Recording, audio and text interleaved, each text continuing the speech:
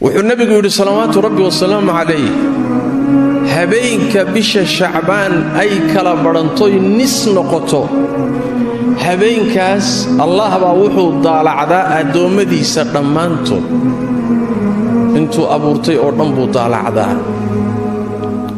markuu daalacda kadibna wuxuu u dembi dhaafaa dhammaantood dembigooda waa saamaxaa ilaa laba ruux mooye ruux mushrik ah oo ilaahay iyo addoommadiisa ka dhaxaysiiyey wixii ilaahay gooni u lahaa ka labaadeen loo dembi dhaafayni wax weeyaan waa mushaaxin waa cuqdadlow waa xiqdiile ruux xiqdi iyo nacayb qalbiga ugu haya ruux muslim ah asagana loo dhaafi maayo waa cajiib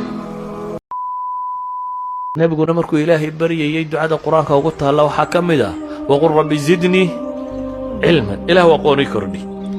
bal nabigu alayhi salatu wasalaam salaada markuu tukado subax waxyaabuhu laazimi jiray subax kasta oo akhri jiray waxa kamida اللهم إنا أسألك علما نافعا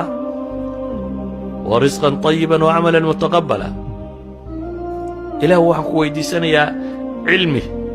واحتره عمل أضغبشه يا رزاق حلال وطيبة صبح كست صلاة الصبح مركو كبحه وادعوينكو أخري شري عش ما شئت فإنك ميت انت دونتي نولو انت دونتي نولو نتيجة waxay ku dhamaanaysaa waa dhimanaysaa ya rasuul allah نتيجة waa maxay dhimanaysaa عش ما شئت فإنك ميت